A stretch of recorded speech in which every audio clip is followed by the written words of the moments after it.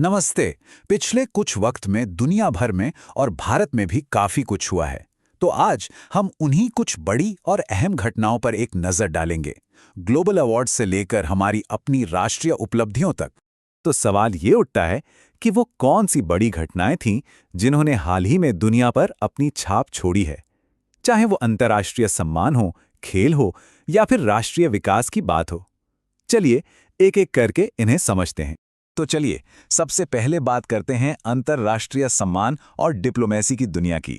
देखते हैं कि दुनिया के सबसे बड़े पुरस्कार किसके नाम हुए और ग्लोबल स्टेज पर कौन से बड़े राजनीतिक पल देखने को मिले। और देखिए, सबसे पहले बात 2025 के नोबेल शांति पुरस्कार की। ये मिला है वेनेजुएला की विपक्ष की नेता मारिया कोरिना मचाडो को। ये एक बहुत बड़ा सम्मान है, खासकर अगर हम उनके देश के राजनीतिक हालात को देखें तो। नोबेल कमेटी ने कहा कि यह सम्मान मचाडो को तानाशाही के खिलाफ और मानवाधिकारों के लिए उनके लगातार संघर्ष के लिए दिया गया है। उनके इस बयान से साफ है कि दुनिया उनके साहस और दृढ़ संकल्प को सलाम कर रही है। अच्छा, पॉलिटिक्स से अब जरा साहित्य की दुनिया में चलते हैं।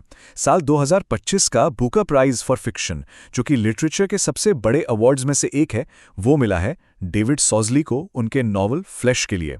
इस सम्मान के साथ 50,000 पाउंड की प्राइज मनी भी शामिल है। जजों ने डेविड स्केली की जो लिखने की स्टाइल है, जिसे एक वचन कथा शैली कहा गया, उसकी बहुत तारीफ की। सोचिए, 153 किताबों में से उनकी किताब को विजेता चुना गया। अब ग्लैमर और ब्यूटी की दुनिया से एक बड़ी खबर। 74वीं मिस यूनिवर्स 2025 का ताज गया है मेक्सिको की फातिमा बॉश के नाम। ये प्रतियोगिता बैंकॉक, थाईलैंड में हुई थी।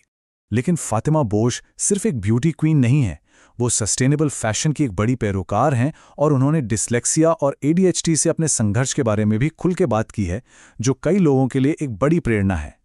और देखिए, इस साल की थीम भी कितनी सही थी, द पावर ऑफ लव। चलिए अब वापस ग्लोबल पॉलिटिक्स की तरफ चलते हैं। 20वां G20 शिखर सम्मेलन हुआ दक्षिण अफ्रीका के जोहानिसबर्ग में, और ये एक ऐतिहासिक पल था। क्यों? क्योंकि पहली बार G20 का समिट अफ्रीका की धरती पर हुआ। तो इस समिट की थीम थी एकजुटता, समानता और स्थिरता। फोकस था समावेशी विकास, खाद्य सुरक्षा और हाँ, आर्टिफिशियल इंटेलिजेंस पर। लेकिन एक और बात थी जो काफी चर्चा में रही, अमेरिका, चीन और रूस के बड़े नेताओं का यहां न आना। और अब बात भारत की एक बहुत बड़ी डिप्लोमेटिक कामयाबी की। 2026 के हमारे गणतंत्र दिवस समारोह में एक नहीं बल्कि 2 चीफ गेस्ट होंगे। यूरोपीय परिषद के अध्यक्ष एंटोनियो कोस्टा और यूरोपीय आयोग की अध्यक्ष उर्सुला वॉन डर लेयन। और ये सच में एक ऐतिहासिक लम्हा है। भारत के इतिहास में ऐसा पहली बार हो रहा है कि किसी इंटरनेशनल ऑर्गेनाइजेशन के 2 हेड एक साथ चीफ गेस्ट बनकर आ रहे हैं। इससे पता चलता है कि भारत और यूरोपियन यूनियन के रिश्ते कितने मजबूत हो रहे हैं। अच्छा, डिप्लोमेसी से अब चलते हैं उस फील्ड में जिसने पूरे देश को गर्व महसूस कराया है, यानी स्पोर्ट्स। देखते हैं भारत ने हाल ही में कौन सी बड़ी जीत हासिल की है। और ये है वो खबर जिसका हम सबको बेसब्री से इंतजार था। भारतीय महिला क्रिकेट टीम ने अपना पहला ICC महिला ODI वर्ल्ड कप जीतकर इतिहास रच दिया है। ये जीत सिर्फ गौरव की बात नहीं है।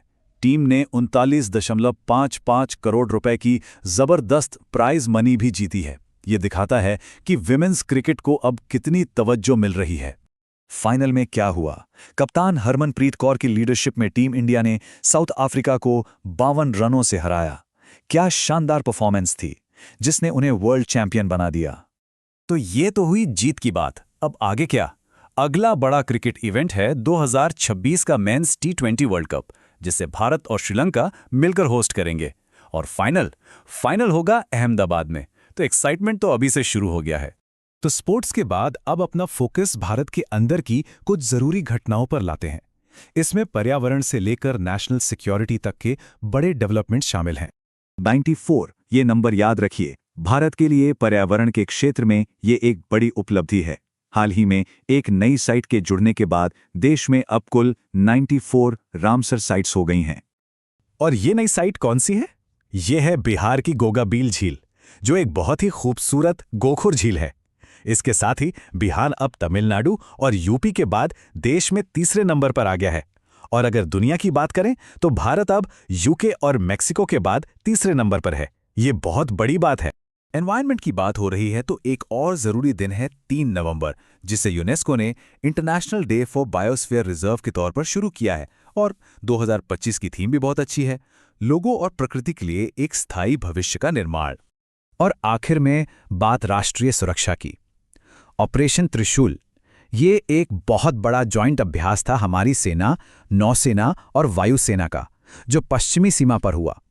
इसका मकसद एकदम साफ था, तीनों सेनाओं के बीच तालमेल को और बेहतर बनाना, ताकि किसी भी चुनौती के लिए हमेशा तैयार रहें। तो ये सारी घटनाएं, चाहे वो दुनिया में मिला सम्मान हो, खेल में मिली ऐतिहासिक जीत हो, या फिर देश के अंदर हासिल की गई उपलब्धियां, ये सब भविष्य के लिए क्या इशारा करती हैं? ये साफ संकेत देती हैं कि दुनिया तेजी से बदल रही है और इस बदलाव में भारत एक बहुत ही अहम किरदार निभा रहा है।